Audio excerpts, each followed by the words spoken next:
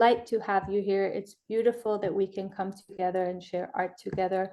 And I'm very, very grateful for that. And I'm passing it over to you, Tobi.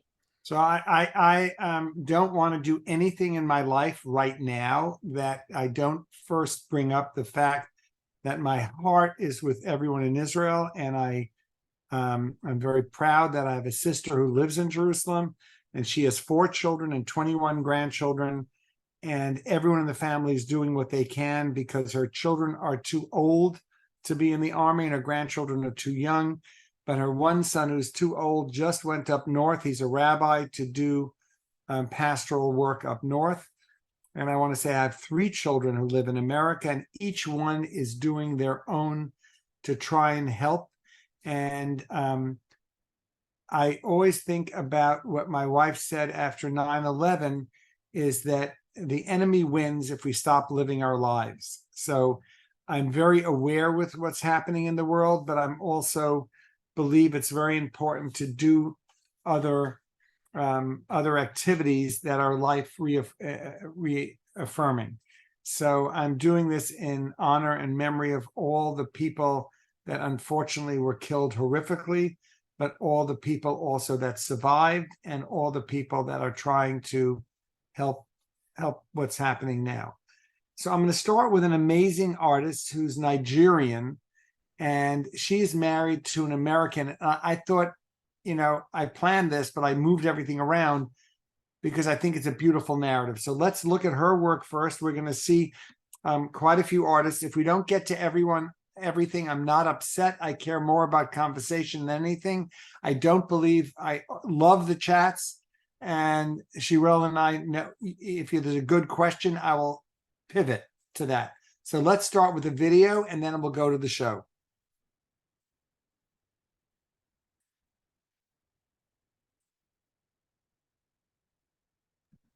Sorry, one second. I'm from Nigeria, which is a hybrid country. We used to be a British colony, and even though we're no longer a colony, there's still evidence of the British presence in our culture. I moved to America in 1999, and even though I've been here since then, home is still Nigeria.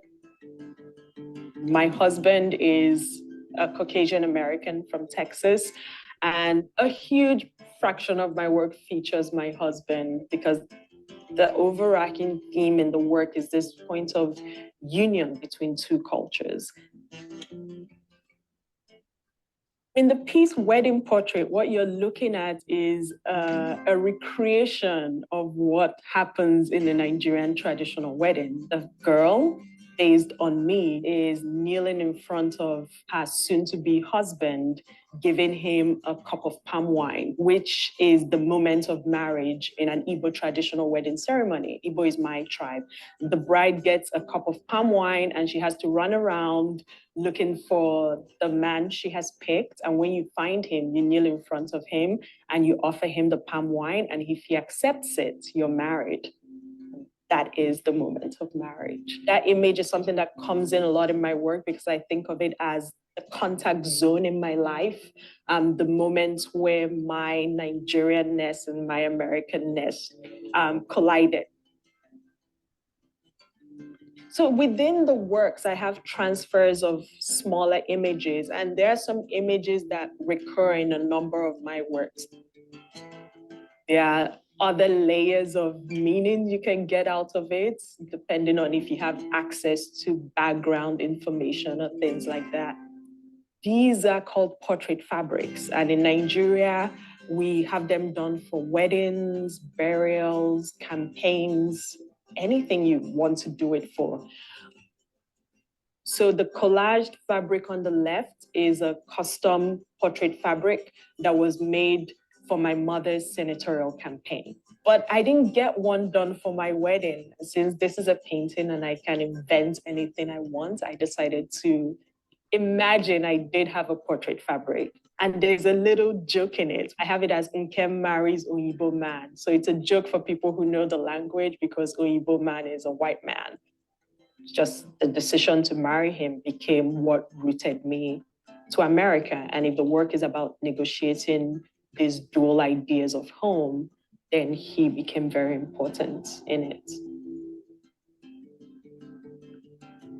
A lot of my art training happened at a painting academy. You paint and draw from life and cast from morning to night every day. So that is the tradition I came out of, and it's a tradition that comes down from European figurative painting. But I'm trying to take this tradition and let something else grow out of it, invent from it and transform it. Right as I was beginning to study art, there were a lot of buzz about painting being dead. I know sometimes people might find it stifling to be working in a tradition that is so rich, but I love it because it's fertile ground to mine from, to look at, to borrow from. How do I take this tradition and alter it so I can use it to talk about somewhere else? And I found that challenge exciting. Okay, now we're going to go to see the show, and I hope you understood why I started with this, because I'm very impressed with how she uses her tradition and makes it part of the larger community. When you see the work, I was just at the show at the gallery today. It's done on paper, and they hang with little clips on the wall. So you're going to see it when we go to the gallery. But if you have any questions, don't be shy. What's fascinating is you can see the painting. She has great chops, it's called, when somebody can actually paint beautifully. She can do that. And she's using a technique that Robert Rauschenberg used by using transfer of imagery on there. So Sherelle, can you go into the show? So I wanted you to see the scale. And what's beautiful is all these pieces you can see on the wall are hanging with those little paper clips. You know, they have teeth, and the scale is beautiful. She goes from very figurative to also images that are just about plants.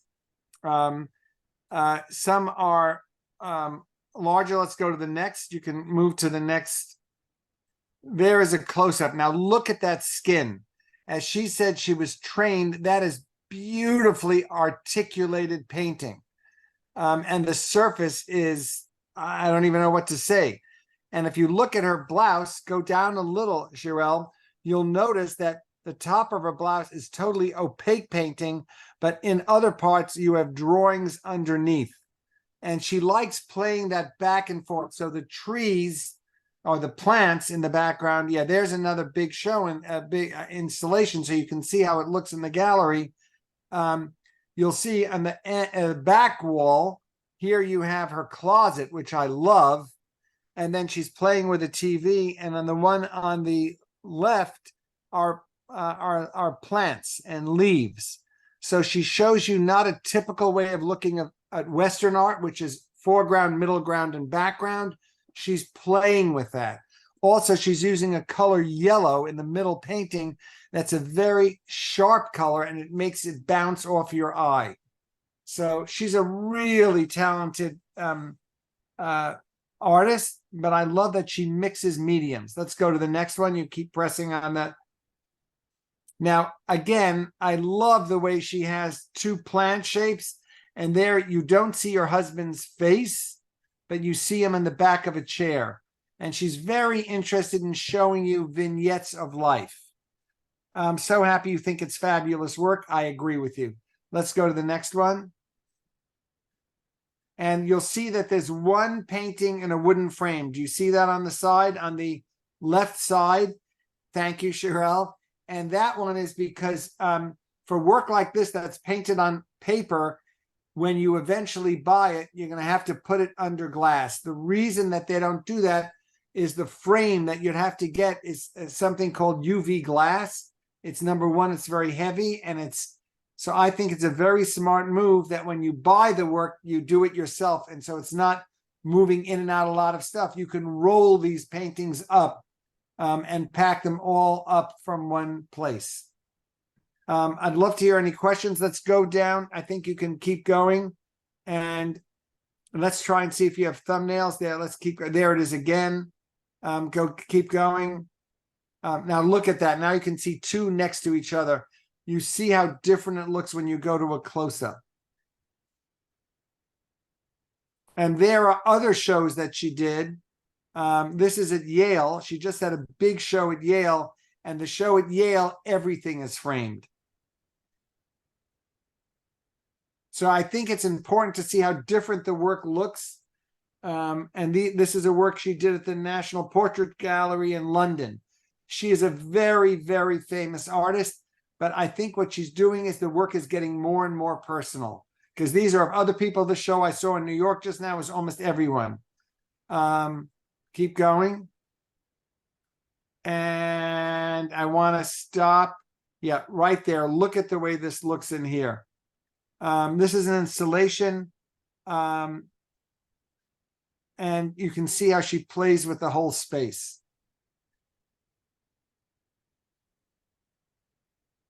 And there's another. So you have a space where she did all the walls, and then you have a little house that you can look into and see what's in there. And this is David Zwirner, and the reason I love David Zwirner is because they give you basically a whole education on a show. Now look at the checklist.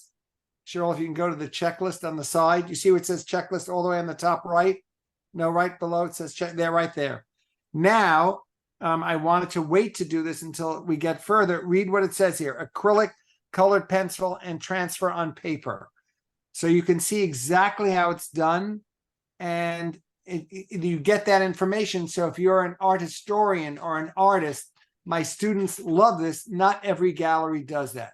So now we can quickly look through the images.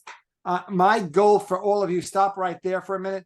My goal for this program is if you like the work, we send you everything, and then you can go into depth. I feel like we're having a taster's menu in a restaurant where I'm showing you a lot of different things, and then you pick what you like.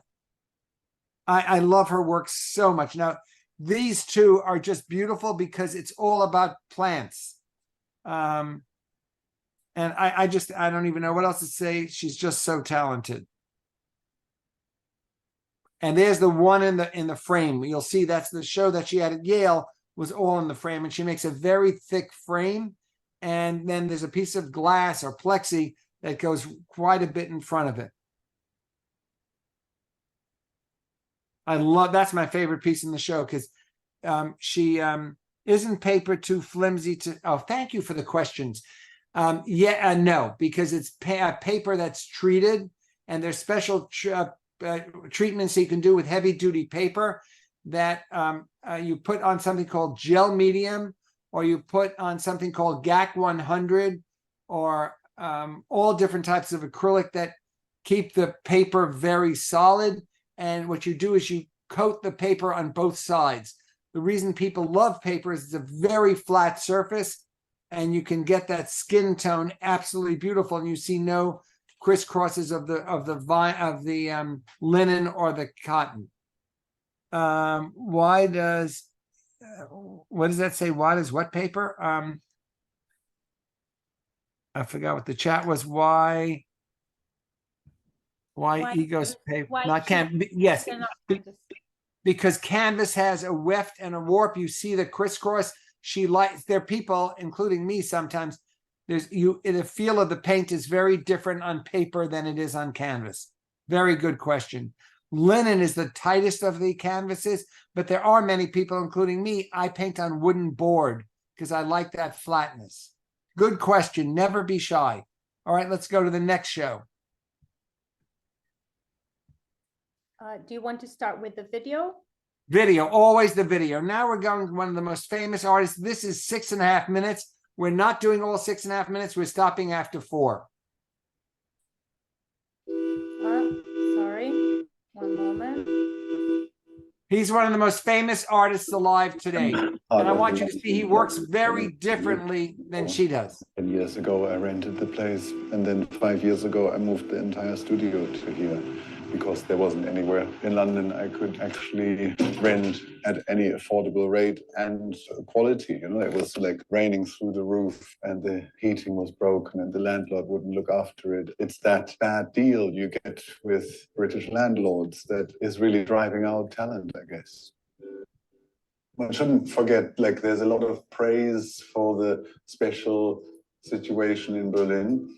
a lot of it has its roots in, terrible history. Nazi Germany's aggression that rightly caused the Allies to bomb it is so much space that people could grow into in the last 25 years. Because there are things that are good urban planning here, but a lot of urban planning you don't want to be repeated. It happened here, like bombs, walls and iron curtains.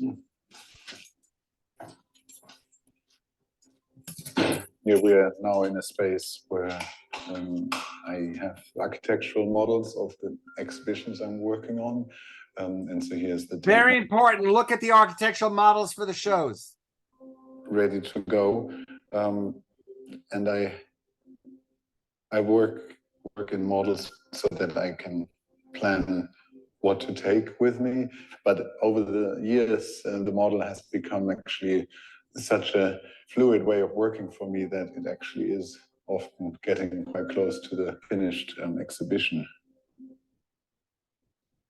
A picture that's also in the third room of the exhibition is called Juries In. I never took this as a mockery because, that's what we, some people design a room like this and others design it like that. That's the reality. Like there are many, many solutions. But out of this ugliness, somehow an interesting composition came that speaks kind of about the badness, but also the humanity in it.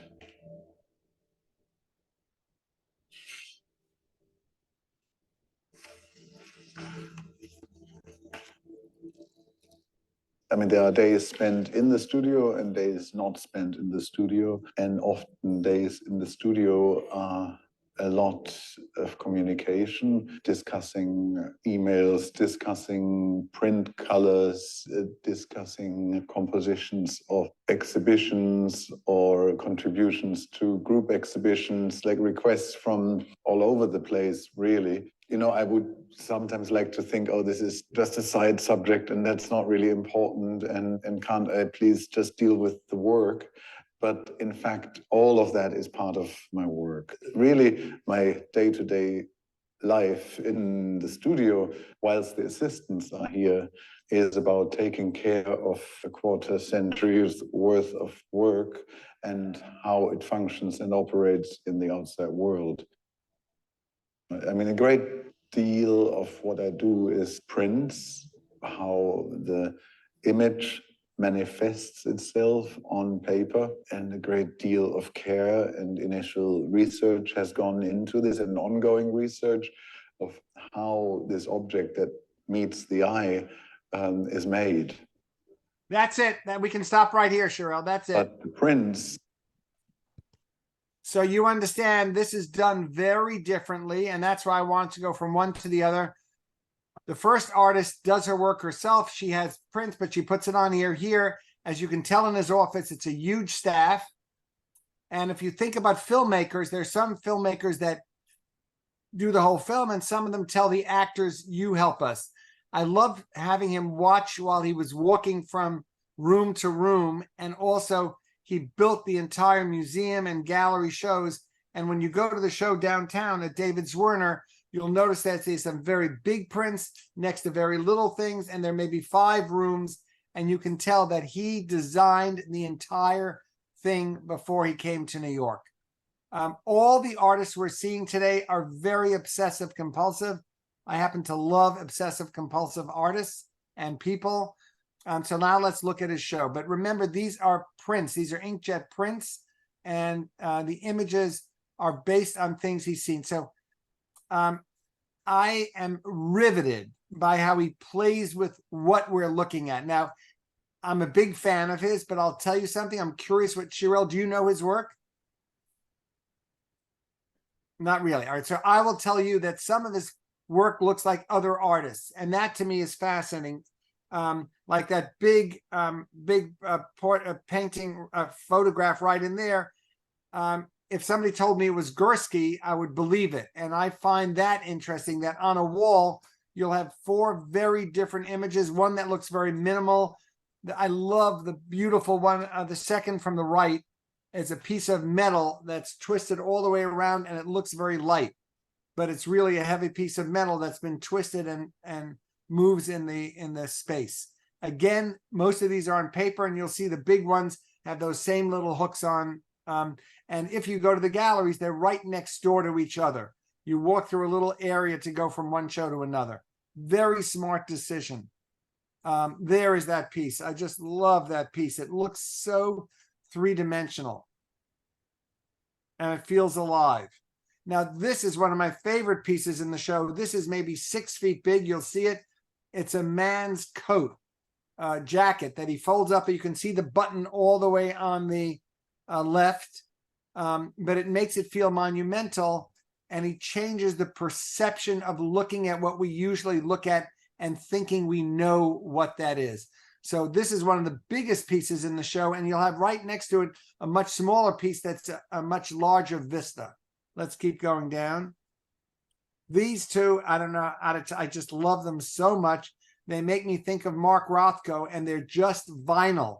And he puts the vinyl in an acrylic box, and he lets them sit there, and that's what the color looks like it's moving. If you look on the right side, you'll see, you see that beautiful lightish color right above the deep red.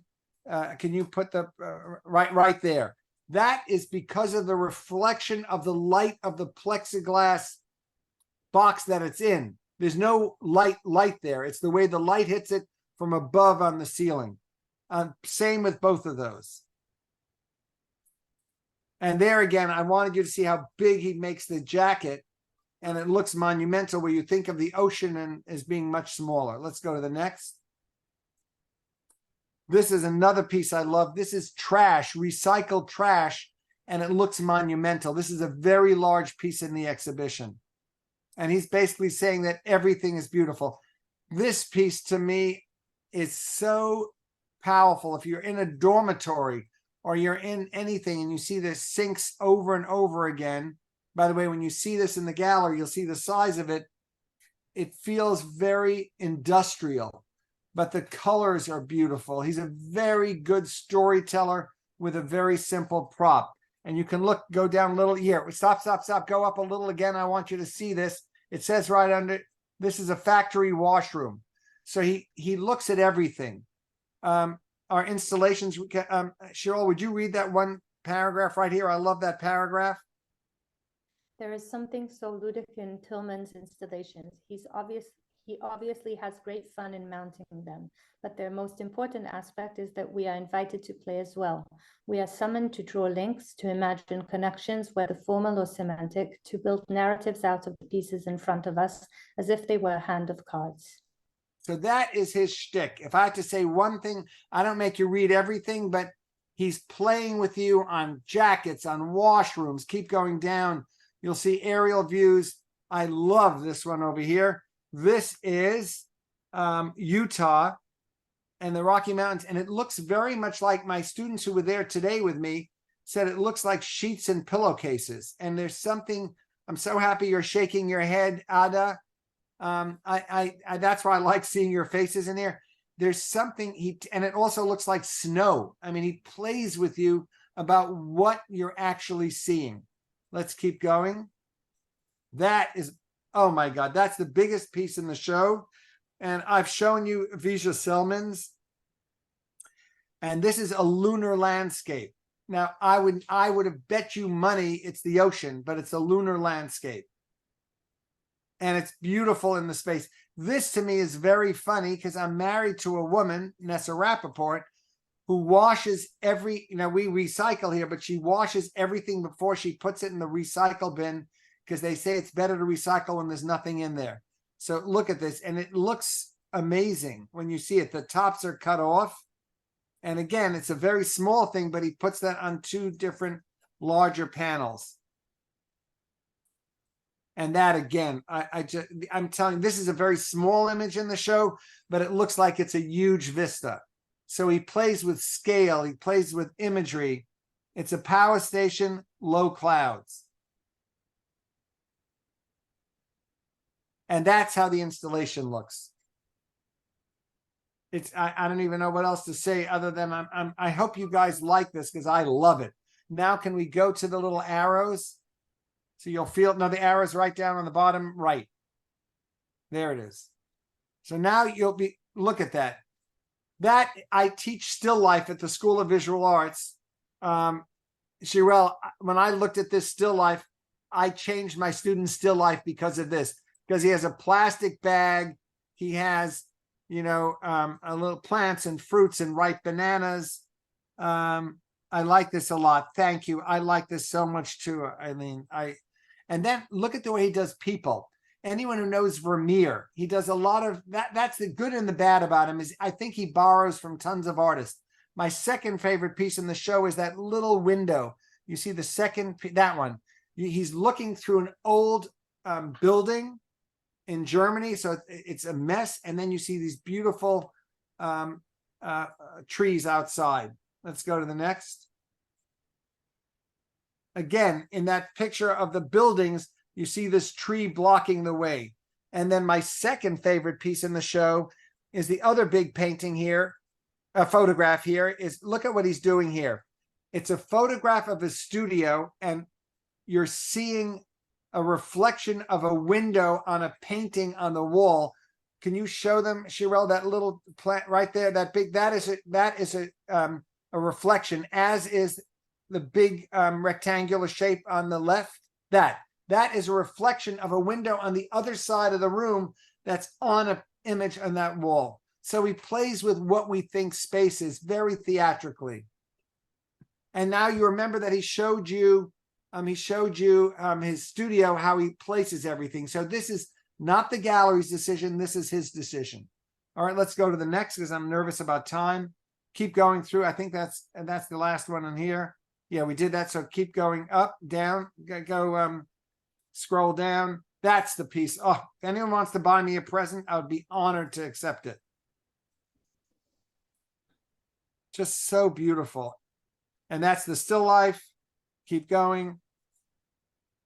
And this is amazing. It's a wall. It looks like it goes into deep space, but it's plants, leaves that are growing against a wall. I don't know if you can tell. The back is a wall, and these are little greenery that's growing against, and that's garbage on the floor with leaves. But doesn't it look like a beautiful Eastern, landscape painting? I just love the way he thinks. Keep going on. And that's the piece that I love so much. See, in the small one, you didn't notice it, but that is really the reflection of the wall on the other side. Very smart artist. Keep going. Keep going till the end because I don't want to leave anything out, but you can do this on your own later. Keep going all the way to the bottom. That's another beautiful portrait. He loves doing portraits of people. That's another beautiful one. So he's a portrait. He does everything that he feels. And that is a very funny one. Today with my class at university, when I was downtown, they said, why is he doing that foot? And I said, because that's what interested him at that moment. He believes everything is art.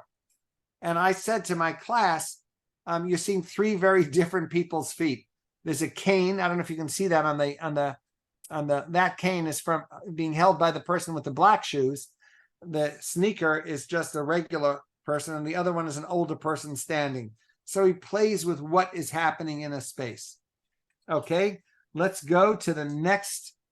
Oh, that's again, that, by the way, many people think that's the best image in there. You see that blue, the guy with the blue shorts and the blue background? That is very Vermeer-like. It's a very set up image. It's really, when you look at it up close, it's absolutely gorgeous. All right, I think that's the end of the show. I hope you like that. Now we're going to the next show. There are Jewish in Legos. I don't think she is, by the way. No. So now we're seeing an artist who's getting a lot of attention. He just died a few years ago. I adore him. His name is Ed Clark. He was a good friend of my friend Jack Whitten. And he paints with a broom. We're going to watch a very short video, and that's why I love this gallery, Hauser and Wirth. They're trying to, he was shown with paste. By the way, Shiferaw, oh, you weren't with us. What your friend was. I've shown his work to you before, but this is I don't know if any of you remember it. I've been a fan of his for years, but now they're trying to bring back his whole career. So they're showing you work over 40 years. So let's look at the video. That's him as a young man. He died a few years ago.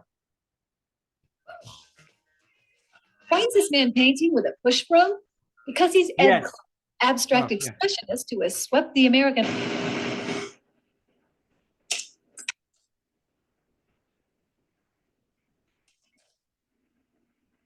Oh, we lost the voice. Painter, artist painter, you know. Although I have in my life painted apartments, so did de Kooning for money, right?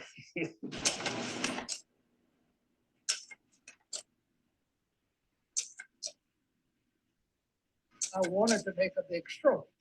In fact, I'm in Paris. I couldn't find brush wide enough for what I wanted to do, right? A house painter's brush is about this wide, right? But not that wide. And so I was thinking maybe I'll put two together and whatnot. And then all of a sudden I went to the Monoprix. That's like they 5 and dime. And there they had a brush in there. That's for the cleaning lady.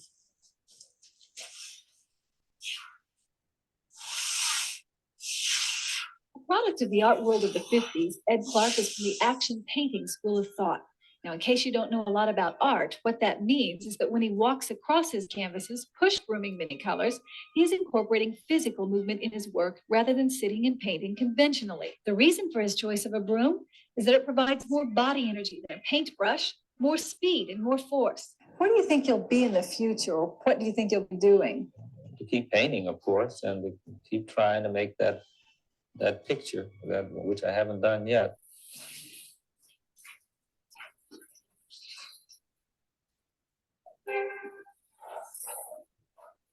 You know that movie, The Hunchback of Notre Dame? That looks like the man who played the hunchback. Like that's me and my sister. Yeah, I love my mother, right? You know. About my dad, you're in Louisiana, you tried to get up to Chicago, you know, because it's a richer city. In Pass, the big thing was race. Well, certainly when I thought of Van Gogh, I didn't think Black Law, he was just an artist, right? And I remember, though, the first time I had an experience that it was really upsetting to me. It was a group show I was in. There was a lot of artists that were named artists. And someone, it was called Rontoile de Montparnasse, big paintings, big works. I was always painted large. And Le Monde, which is the newspaper over there, right? It was a little review. Said Noir, le grand talent. Black with a lot of talent. So I wondered, why did he call me black? And then I found out why, because it was shown at the American Center in Paris.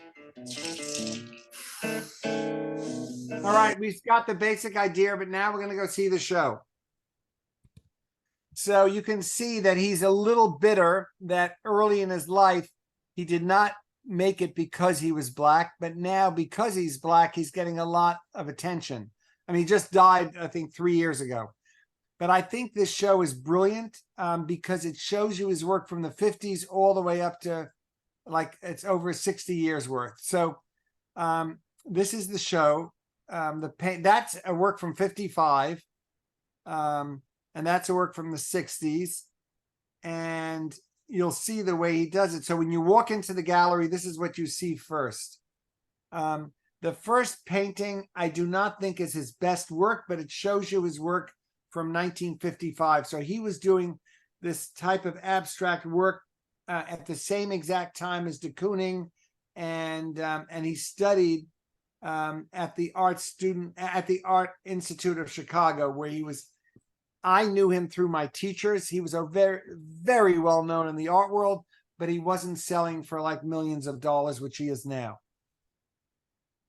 So that piece, the first piece in 69 is a nice piece. But I think the piece on the other side is breathtaking. And you begin to see how he's playing with a space and the way he's playing with paint. Now, if you put this next to an Al Held, is another artist of the time, or you put it next to de Kooning. The way he's playing with paint is absolutely gorgeous. And if you know anything about color theory, which I teach this class in color theory, you'll see that there's a big amount of orange and blue. So he knew theory very well. By the way, the Chicago Institute's considered a very, very good school. And you'll see that these are from the estate. And I think what they're doing is now they're going to become part of museum collections. So now we'll go to each one. That went in 62 orange front, I am so blown away. I wish I could take you for a minute to see the piece. I stood with my students in front of this for 5 minutes. And if you look very carefully into the green and the blue, you'll see the brush mark of a huge brush. And that's what's so powerful about this, is there are no marks. If he was using a little brush, you'd see everything, because the way he did it on the floor, it could go all the way across the canvas, and the canvas is lied flat on the floor, and then he would frame it afterwards. Would you mind reading this one? Would you mind doing some of the reading? Because this is a good thing again. As demonstrated in such paintings as Locomotion and North Light, Clark's method used the pressure of his entire body. He described the effect as being akin to cutting through something really fast. That's what the straight stroke with the push broom gives you, speed. To evenly extend the momentum of his sweeping gesture across the whole surface of the canvas. Though Clark would occasionally vary the intensity of the line and color in a single motion, exploring nuances in its effects, the power of this revolutionary approach opened new vistas for abstraction with a big sweep. So that is what made him famous. That's why today he's so well respected. Now, the next one, I don't agree with what they write. They said he was the first artist to use circular canvases. He definitely was one of the first, but I'm always nervous when somebody says he was the first, because in Europe, there were other people before that who were part of minimalist in the early 50s, who were doing those, I can't remember his name, close to Mondrian. I can't remember his name, but he did circular pieces and oval shapes also, but he definitely was one of the first. So that is a really famous piece of his from 1970. And that's in the show as well.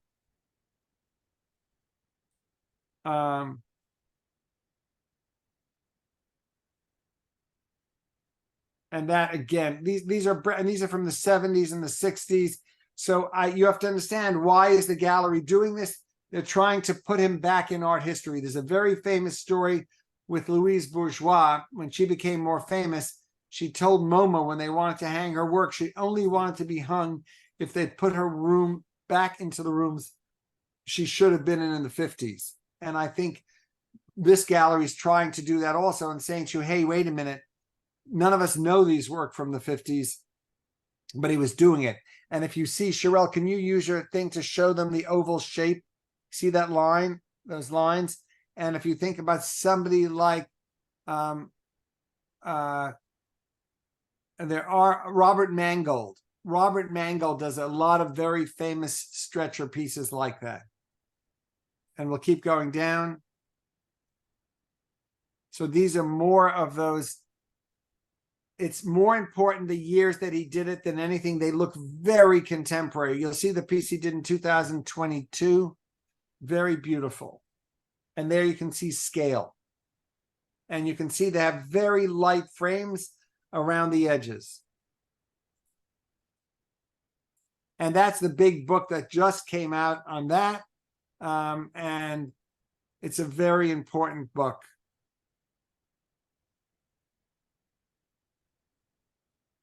Okay, next show.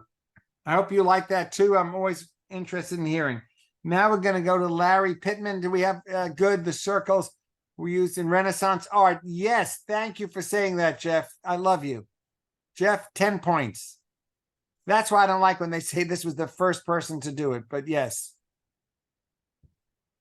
Now we're going to see Lari Pittman, another very, oh no, we're doing this first. This is even better. So this is a very young artist.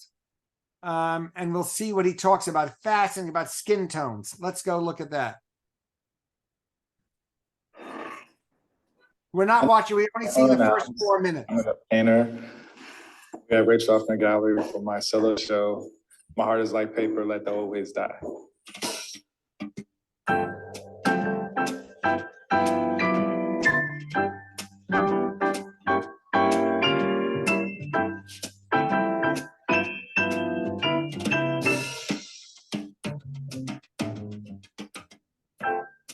My dad sort of threw my name together. So he's from St. Thomas, and oro in Spanish means gold. And so he just, Arcman of Gold is kind of what he always told me. I went to Duke Ellington School of Arts in Washington, D.C., where I grew up. I would wake up, have like a sketchbook, and I have some image I wanted to draw. And I would like go into like the closet or wherever, just like some space that was just mine. And I would like draw, and like I'll come out and it'd be like dinner time. It was like magic. And then so after high school, I went to Pennsylvania Academy. My grandparents had passed away, and I had these photos of them. I wanted to depict these people in my life a certain way. And so I was like, okay, I have to do these things to learn how to represent my friends and my family in a certain light. There was a teacher I had in Vincent Desidero. He would talk about Delacroix and then Caravaggio. He talked about Caravaggio being form and light, and then Delacroix being more of a colorist, and how you couldn't really have both. And so I always was like thinking about those two artists and like thinking about, how can I have bright colors and like strong shadows? A lot of the show was me thinking about different ways people sort of dealt with any type of heartbreak that sort of can stay with the person and like affect their relationships with other people over time. Yeah, all the paintings are friends and family, people that I know, and I'm just either like going through old photo albums, or I'm just asking my mom to always like kind of, I have like an idea from a painting and I'll ask her to come over and pose for me. I take photographs of them and then I collage them together in Photoshop, and I start painting. I guess since I can remember when I started painting people, I was really always interested in the skin tones and just like really looking at like dark flesh and like the colors that were in there. I was really dissatisfied with how I wasn't really getting like purples and the deep reds and like all the golden tones that I saw in like my skin or like my friends or my mom's. And so I started using really bright grounds and just painting with highly saturated colors like reds and like cadmium yellows, and like layering them to pull out all the color. When I first started painting this way, my plan was to like go back and glaze it with brown, but somehow I was like, okay, it kind of looks good like this. I figured I should just really work with these bright colors that I like really love and like try to see how close I can get it and like rendering it to make it look like the flesh. Okay, that's it. So I wanted you to see, here's an artist who thought the paintings he was doing were the underpaintings. He liked it so much, he did not go further. So now he has a show on, and that video was done, I think, 7 or 8 years ago. He has not changed. Now we'll see the show that's up right now. It's a beautiful show. And if you have any questions, don't be shy. We'll go to see the show. One moment. What gallery is it? Because I can't. This is Lehman Mopin. You switch the order. They're both at different spaces, but this is we saw Niles. Yeah. And we'll do Lari Pittman right after that. You just switch the order, but I don't mind because I sort of like this better. So look at the scale, and you'll see that these are, let's do the selected works first and then go to right below it. It's right below, Sherelle. You can, oh no, it's not right below it. Sorry, just go to selected works. It says it right on the side, on the left side. See, it says selected works right there. Yeah. Now, you remember we saw the work of his from many years ago, but now he's still doing that with having only some of the skin color, but he has a lot of the orange in there. Let's keep going down. So you'll see what it says here also inquired. It says it's watercolor. Whoops. I'm sorry. Go right below. It says watercolor. There it is. Watercolor, charcoal, Conti, and pastel on paper. So this is another artist who just loves working with that, and it says inquire because that's how you find out how much it costs. Now we can see the whole installation. You can go back to installation, and now we can see the whole room. You can see that the pieces are not that large. The reason being, I think They wanted to show this year, and you can't, his paintings are very labor intensive. So you saw in the video, sometimes it takes a few years, but there's a waiting list for his work. So therefore he had to do much smaller pieces. I think it's a beautiful show. So now I'm watching my clock. So now we're going to the next artist. If you like anyone, you can go back. And that is Lari Pittman. I hope I'm not going too quickly for you, but I'm watching my little clock here and I'm getting nervous. Shirelle, how many more minutes do I have? It's 20 past. So I think 25 minutes. I mean, Great. and I'm so happy. I'm just, for Lari Pittman, I don't have a video. I have just the gallery. Is that possible? No, we have it. I have it right here. It says, I have the video. Okay, so give me a moment and I'll find it. One moment. Lari Pittman, I'll just say, it's a very well-known West Coast artist who does very interesting images. I'm sure you're shaking your head. So Jane, you know who that is. Very important West Coast artist. His color palette has changed a lot over the years, and now they're very low intensity, and he's obsessed with eggs. His new thing is that he believes that women, oh, I so enjoyed your lectures. Thank you. I'm so happy, Elaine. Thank you for saying that. I have fun doing different artists. Here's Lari Pittman. Oh, what a great artist. It's 3.5 minutes.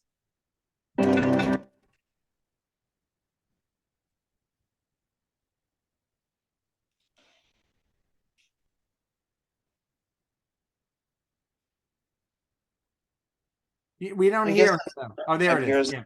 Showing professionally, I've come to understand and internalize the spectator's appraisal of the work and how it might function or does function, or what annoys people about the work or what pleases people about the work. And one of the things that I'm ambivalent about, but I don't totally discard, is the fact that the work might seem a lot more constructed and pre-planned than it actually is.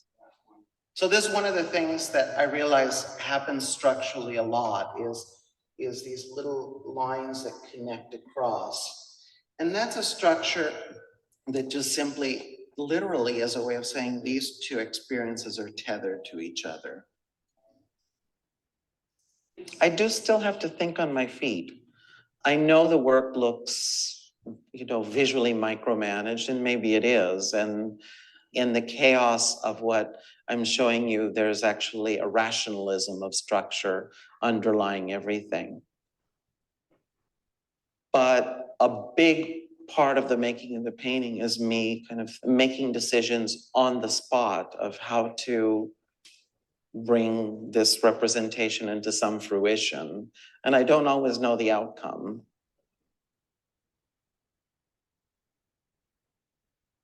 For me, there's the big gesture of putting the cactus in. So, okay, I did it. Now what am I going to do with it?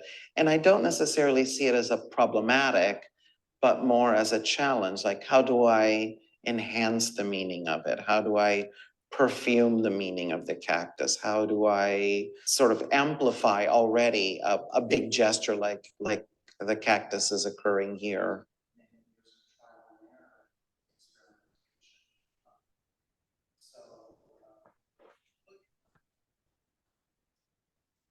I don't necessarily view the making of the painting as a sequence of solving problems. I see it more as a sequence of responses. It's all very low tech. There's no sleight of hand. You know the way it's made. It borrows heavily from the decorative arts.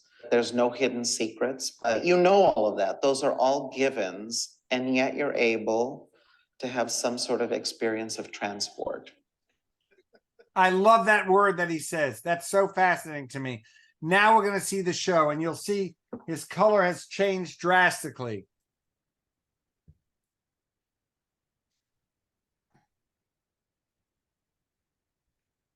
So now we're going to go into the gallery. So now you see the egg motif. So there's one little paragraph that's written on the wall. So he basically says, let's see if it comes up right there. Keep going down. You know what? Go to the press release for a minute, because there's one thing I'd love you to read, Shiferaw. I love it. Here it is. The Egg's Rich History of Pierson Pittman's. Can you read that one paragraph? The Egg's Rich History of Appearance and Pittman's over. Can you do that one paragraph? The Egg's Rich History of Appearances in Pittman's ovar dates back to the early 1980s, whether pictured as gesturing embryos or miniature portrait cameos that might grace a locket. Pittman's eggs have often served as vessels for both future potentiality and nostalgic remembrance. Monuments operate on a parallel, albeit typically foreclosed, register. By memorializing certain histories in public memory, they strive to include a set of shared values that will steer the interpretation of future events. Conversely, the egg as monument is a radically open proposition. In sparkling cities with egg monuments, Pittman deploys eggs as a feminine foil to the peacocking masculinity apparent in the upward thrust of obelisks and towers. Unlike historical monuments that look towards the past, Pittman's egg monuments, displayed dotted across vast cityscapes or presented in microscopic cross-section, are fertile, nascent, and becoming. Beautiful. So thank you. You're so nice, Shiferaw. Thank you. Now go to the selected works, and then we'll see the installations. Now, I feel these look like the 1950s to me, and I'm madly in love with them. Look at their perfume bottles, their cups, they're all these things. Now look, when you see what it says, look at the scale. We'll go down, it says his name. It's acrylic and lacquer spray on gesso canvas over wood panels. Now, you have to understand, when you go into the gallery, which I wish I could take you to in person, it's as flat as the paper pieces that we saw earlier. But the reason he can do that is because he gessos over and over the canvas that is then put on top of wood. So it's a very tight panel. But I love what he says. There are no miracles that are going on. It looks, I mean, I don't know about you guys, it looks like it comes out of a book. I mean, it looks very ornate, but very dense. And he again is playing against what Western art is. It's a very, you don't, the back room in the gallery is that one big wall. That's my favorite piece in the show. It's the whole back of the gallery has that one wall. That must be 25 feet long and 8 feet high. Oh, there, let's see. I'm very close. Yeah. 5 panels, each 90. Yeah, I was 100% right. I'm very proud of myself. Good. I mean, I was just there, but look at this scale. Look at that. Beautifully, it's called articulated. Now we'll look at the installation. So you come into the gallery, you saw that first there, and then there's a little written thing on the wall right here. That's, again, go to the next. You'll see those are the 2 paintings on the side. You see it again close up. And then you walk towards the back and you see these other ones. And what's fascinating to me, and that's the back room. What's fascinating to me is colors have changed so much. Shiferaw, can I bother you to do me one big favor? Can we go to Google and look at Lari Pittman's early work? I want people who don't know him and the people that do know him you have to leave the galleries for a minute and go, go to Lari Pittman. Thank you. You're amazing. Early work, and wait till you see how much he's changed. Images, go to, you see what I mean? Those of you who know him understand it, but go look at that one all the way on the second row on the right, that big head. Do you see what I mean? Isn't it shocking to you? It's a very different approach, and they're much scarier. Now they're much quieter. Let's keep going down a little more, and I'll find you another one that I really, there it is, that red one, what? You see where it says what? So I just want you to see that they always are the same, but he's changed very, very much. I think he's much more at peace with himself. And I think it shows in his work. I'm excited for those of you who know. By the way, I'd love to hear, I forgot who said they knew his work. Let's go back to see everyone as a group. I'm watching my clock, don't worry. Who said they knew his work from before? I think it was you, Jane. Yeah, Jane, why don't you tell the group how you see this show in relationship to his earlier work? Can you unmute her? Who am I unmuting, please? Jane. I have two Janes. Oh, Jane Found you. Lasseter. Oh, Okay. Looks like it worked. Yeah, it looks like he's doing his process looks the same to me. The Right. subject matter has changed. And I had just written in the chat when he's painting eggs. Is this feminist? I mean, he was talking before about phallic things, and now he's doing eggs. So what I love about his work is the fullness and the richness of it. So many artists do quiet, minimalist kind of stuff. This is the opposite of that, and that is just so delicious and so Baroque in a way.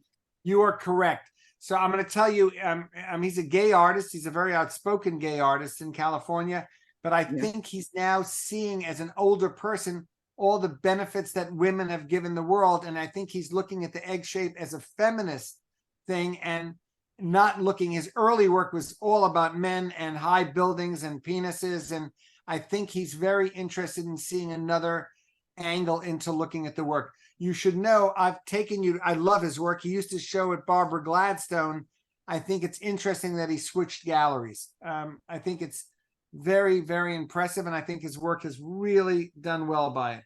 Now we're going to go to, I'm so nervous. There's so many shows I still want to do, and we have so many left. Sherelle, I want you to switch down to Sanford Biggers, because I think that's a very important show conceptually.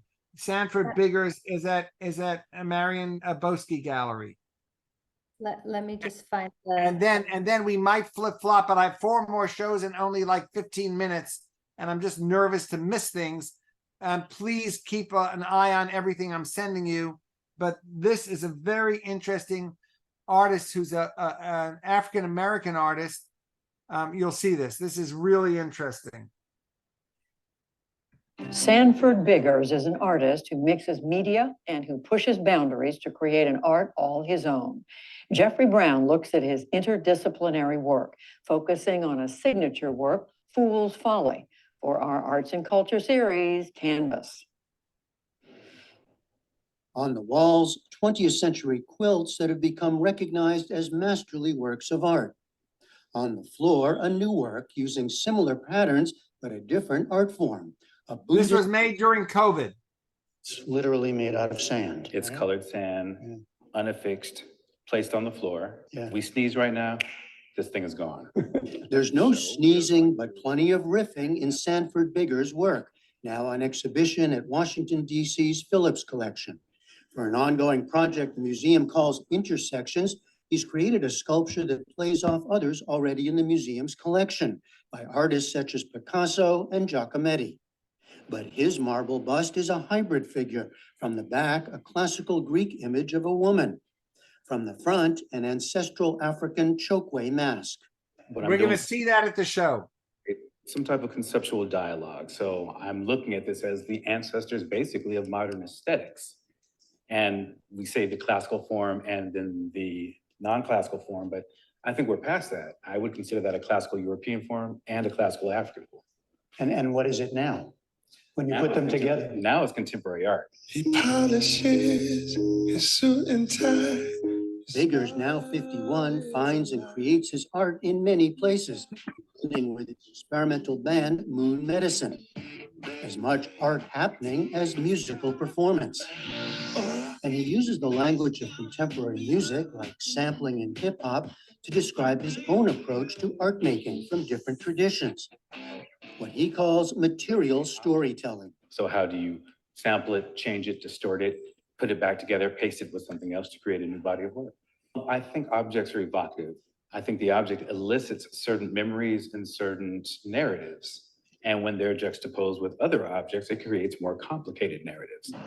He did it in a large-scale public way earlier this year with a series at New York's Rockefeller Center.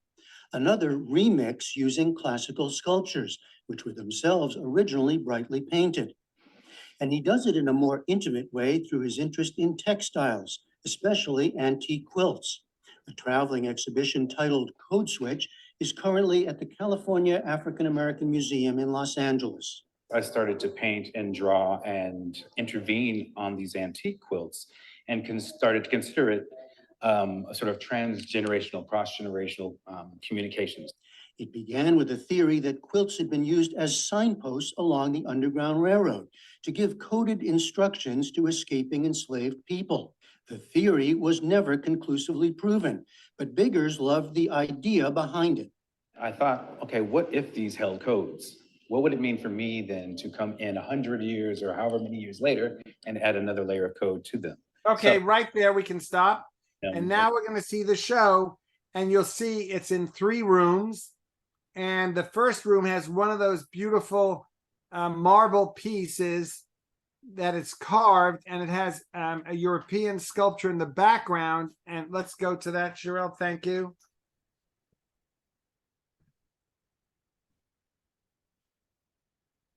So when you look at this, they're beautiful. So the one I want to talk about first is the one all the way to the right. When you look at it, it's a marble piece. She has a quilt under her arm and an African mask on her face. So what he keeps doing is he says this is not better or worse, but he believes this is what culture is about today, that it's a pink marble with textile and custom cedar plinth. So he makes the cedar plinths because he doesn't want it on a regular piece. He wants it to be more tactile. So let's go to the next one. So that is what, oh, well, all right. That is one of his quilts. He does many, many quilts. So the quilts are in the back rooms, and he's very interested in quilt as storytelling. And those little pieces, I love the little white pieces on the wall, and it's fascinating how they're made. These are made, it's so interesting, where he makes a mold, then he uses a polymer and he puts marble dust. So it's not, it is marble, but it's marble in a plastic form. And when you touch it, it feels like marble, but it's much shinier because it has all that acrylic polymer in there. Sherelle, have you ever seen any like this? These sculptures or this way of working? No, this type of marble that's really embedded in marble dust that's inside of acrylic. Funnily enough, I was in palaces about 400 years old in Tunis just over a week ago, and I was so astonished by the ceilings and tried to figure out how they were made and touching where I could. And then I went to the people there and they explained that combination of acrylic plaster and marble dust. So see that I had a gut feeling you would know it. It's so funny that because I knew it too through SVA, because we buy marble dust at SVA for the students to do this because it's so much cheaper. But when you look at it up close, isn't it beautiful? It's much smoother and it has a different feeling from a regular stone. I literally didn't understand because it almost seems like laser cut, but right, there is marble there. So yes, it's a fascinating way to work. So the way you would do it, it's very much like a wax mold, and you put your image in there and then you cast it, and it has a and these are pieces that are on the wall. Very, very powerful show. And there you can go back. That first one is quite, that's the installation. So you go into the gallery and you know what he did, which I love. You see the black lines he painted on the walls and on the floors. So you feel like you're going into palaces, even though it's just a room.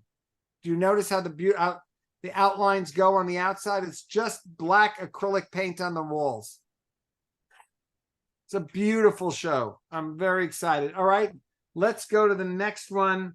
Let's go to Laura. Do Laura next, because I want to get to that for sure. And then if we have time, we'll do the other two.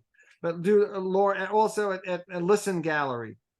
We are at 5 minutes before our ending time. I'm sure we can go a few minutes overboard, but just so you know where we're at. All right, you know what? I'll just show the video and then we'll open to questions, because this is so fascinating. It's about octopuses. It's fascinating.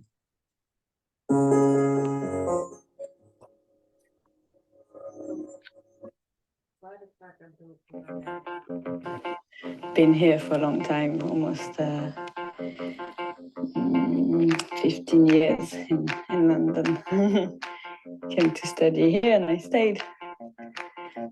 I felt quite uncomfortable with words. I wasn't sure I could use them well at all, and I could not. I was pretty bad at French already.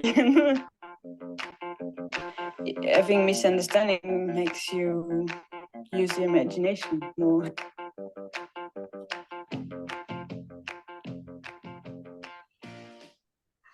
You have a nice cup of tea. Love my narratives or stories. They can exist as a painting, then again as a sound piece or a performance or a film. And I quite like this idea of they're always being understood differently, because each time it's a new story or it's a new way of expressing it. Do you want some tea? Hey, do you want some tea?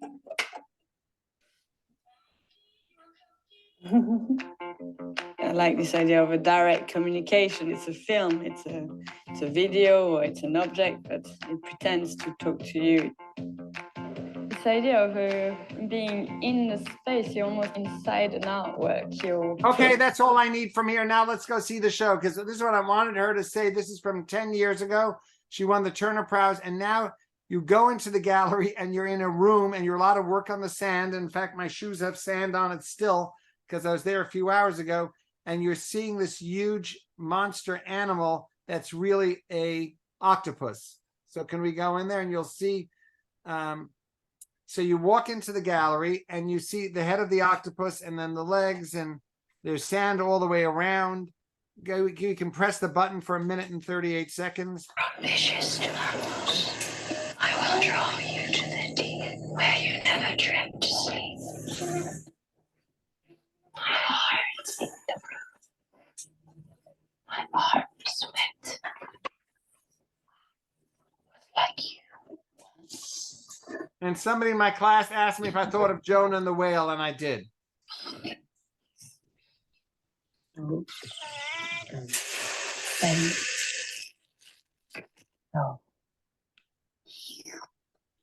But with you, it felt like,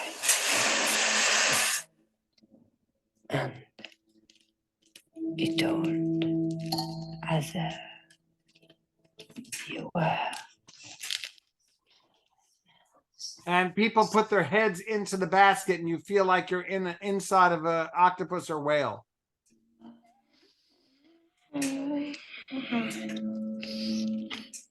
And it's bronze. I forgot to say that right away. So let me get back to everyone. You can go back and that's the paintings are gorgeous. The little paintings on the walls.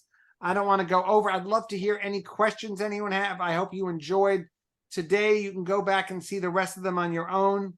I feel bad that we didn't get everything, but I always prepare way more than we have time to have. Anyone have any questions? I'd love some questions. Does the artist choose a gallery display? No, that's an earlier one. There's one huge, bigger statue. Yes, the hammer. You were right. Yes. An Orange County Museum as well. Anyone have any questions or statements that they want to say? Did you enjoy it? I hope. Yeah. Thank you for the excellent rage. I did that on purpose. I think you should watch all the other videos. There's one artist, Jack Pierson, one of LA's most famous artists. It has nudity in there. So I asked Ari, I said, I hope nobody minds, but I'm preparing you now. If you watch the video, there's nudity in there. but I think it's brilliant. So I had no problem with it. The other artist, the last artist, I love also Making Yourself in Dark Places. Is it the long gallery? We didn't see that as well. But I wanted to finish exactly on time, which I think I have another 35 seconds. Does anyone have a question for 35 seconds? Well, then I just want to say thank you for participating. I hope to see you again in a few weeks. Shirel, thank you very much. All of our hearts are with you, and I know what you're doing in Israel. You're an amazing person, and I feel lucky to work with you.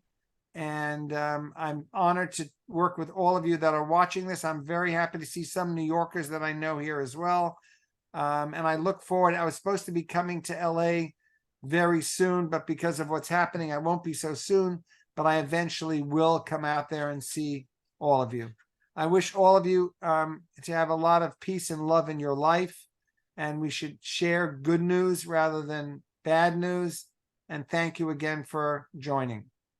Tobi, thank you very, very much. I'm looking forward to sending you all the follow-up email, which will obviously include also all the shows we didn't have a chance to see. And just a moment of reality we have, or I have, with people here in Israel, and the great support of Ari and CSP created a donation line that allows people from the US to donate directly to help families in the kibbutzim on the Gaza border that were attacked. So I'll include that also in the follow-up email for those of you who are interested. I just put the link in the chat. May we all always gather around art and beauty. So Amen. Amen. Thank you, everyone, and we'll see you in our next programs. Have a good day or good afternoon or good night, wherever you are. Belto.